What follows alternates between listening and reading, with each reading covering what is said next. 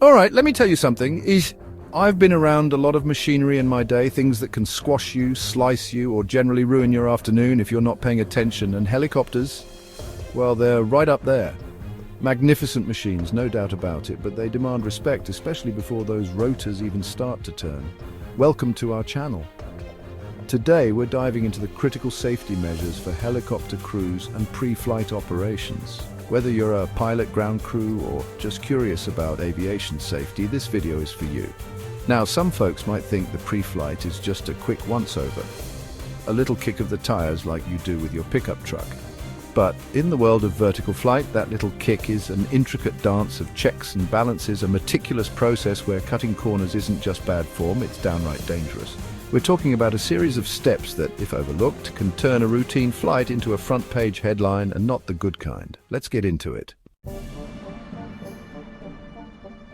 You know, I've heard that phrase, "she'll be right," in a lot of places. Sometimes it works out. But when you're dealing with a machine that weighs several tons and spins blades faster than you can blink, "she'll be right" is a recipe for disaster.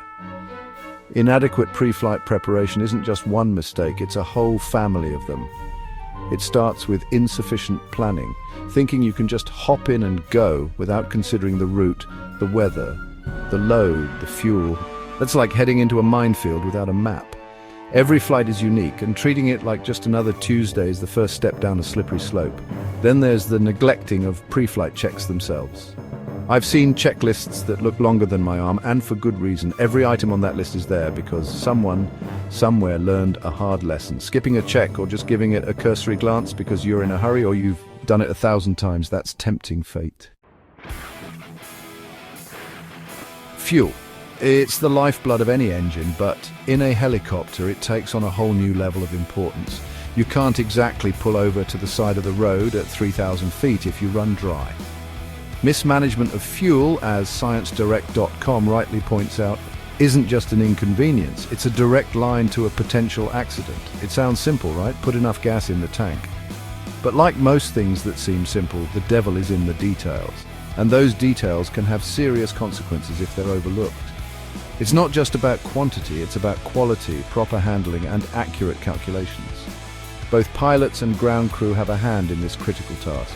For the pilot, it starts with meticulous planning, calculating fuel burn for the intended flight, factoring in reserves for unexpected delays, diversions, or stronger than anticipated headwinds. It's about knowing your aircraft's consumption rates under various conditions. Then there's the physical check-sumping fuel tanks to check for water or contaminants. You might think the biggest dangers are in the air, but the ground has its own hazards, especially with spinning blades. Failure to see and avoid objects during pre-flight checks and taxiing is a significant hazard. A misplaced toolbox, a forgotten ground power unit, even another aircraft parked too close. Situational awareness extends beyond the rotor tips. These small things can lead to expensive and dangerous outcomes. Chapter 4. Mother Nature's mood swings unsafe pre-flight and takeoff conditions. We all know Mother Nature can be a fickle beast. One minute it's calm and sunny, the next you're dealing with winds that could snatch the hat right off your head. Conditions like strong winds, low visibility, and icing can make pre-flight checks and takeoff dangerous. It's not just about whether the helicopter can fly. It's about whether you should even attempt it. Strong winds can be a menace during pre-flight. Imagine trying to inspect when the wind is flapping control surfaces or turning rotor blades. A sudden gust could slam a door, send your checklist flying, or make the aircraft unstable. Strong crosswinds can make takeoff a serious challenge. Then there's low visibility fog, heavy rain, snow. Chapter 5. The whirling blades of don't get too close, rotor hazards. The main and tail rotors are major hazards. Stay away when they're turning. The danger zone is easy to misjudge. These powerful airfoils move at incredible speeds and don't forgive inattention. The main rotor can tilt significantly, sometimes dipping below head height. Ducking under a turning rotor is a gamble you should never take. Chapter 6. Feel the burn and the suck engine hazards. Beyond the spinning blades, the heart of the helicopter, its engine or engines, presents its own set of hazards that demand respect, especially for anyone working around the aircraft on the ground. We're talking about things that can burn you, suck you in, or deafen you if you're not careful. Hot exhaust fumes are a big one.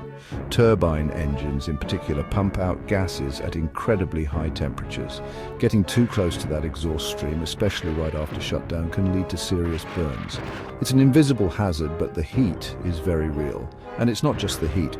Those exhaust gases can also contain unburnt fuel or other irritants, especially during startup. You don't want to be standing downwind breathing that stuff in. Chapter 7. Liquid dynamite, the ever-present fuel hazards. We've talked about fuel management in terms of making sure you have enough of the right stuff, but the fuel itself, just sitting there in the tanks or being transferred, is a hazard in its own right. Helicopters, especially larger ones, carry a significant amount of fuel. We're talking hundreds, sometimes thousands of pounds of highly flammable liquid.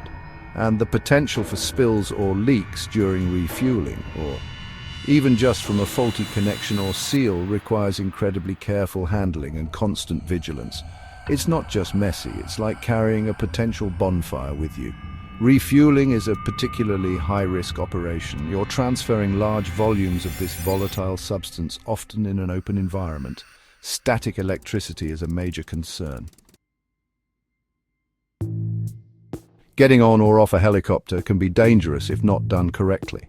Always approach and depart from the downslope side, especially on uneven terrain. It's not like boarding a bus. Invisible danger zones exist around helicopters. Passengers unfamiliar with helicopters must be cautious. The main rotor blades dip lower on the upslope side.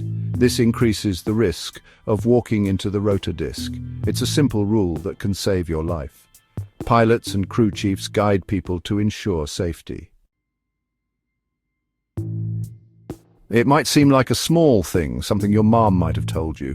Tuck in your shirt, secure your hat. But around helicopters, this isn't just about looking tidy. It's a serious safety issue. Loose articles of clothing, hats, gloves, scarves, even unsecured tools or clipboards can become deadly projectiles or cause catastrophic damage if they get sucked into an engine intake or caught in the rotors. While the pilot is in command, they can't see everything, especially when focused on flying. Well-trained ground crew support is invaluable. They act as extra eyes and ears, enhancing safety and efficiency. Ground crew are integral to flight operations. They assist with external load checks and ensure safety. They provide crucial information to the pilot. Ground crew guide the pilot during ground maneuvering. Their signals are a language all their own. Ground crew serve as vital visual lookouts. They spot hazards the pilot might miss. So, there you have it. A look into just some of the hazards that helicopter crews face before those skids even think about leaving the pavement. It's a world where attention to detail isn't just a good idea, it's a survival skill. From the meticulous pre-flight checks to understanding the raw power of the rotors and engine, every step is designed to mitigate risk. It's about respecting the machine and the environment you're operating in. Thanks for watching. Remember, safety is paramount in helicopter operations. It's easy to get complacent to think it won't happen to me. But the truth is, accidents often happen when we let our guard down, when we rush, or when we assume. The men and women who work with these incredible aircraft day in and day out understand this. They drill the procedures, they stay vigilant, and they look out for each other.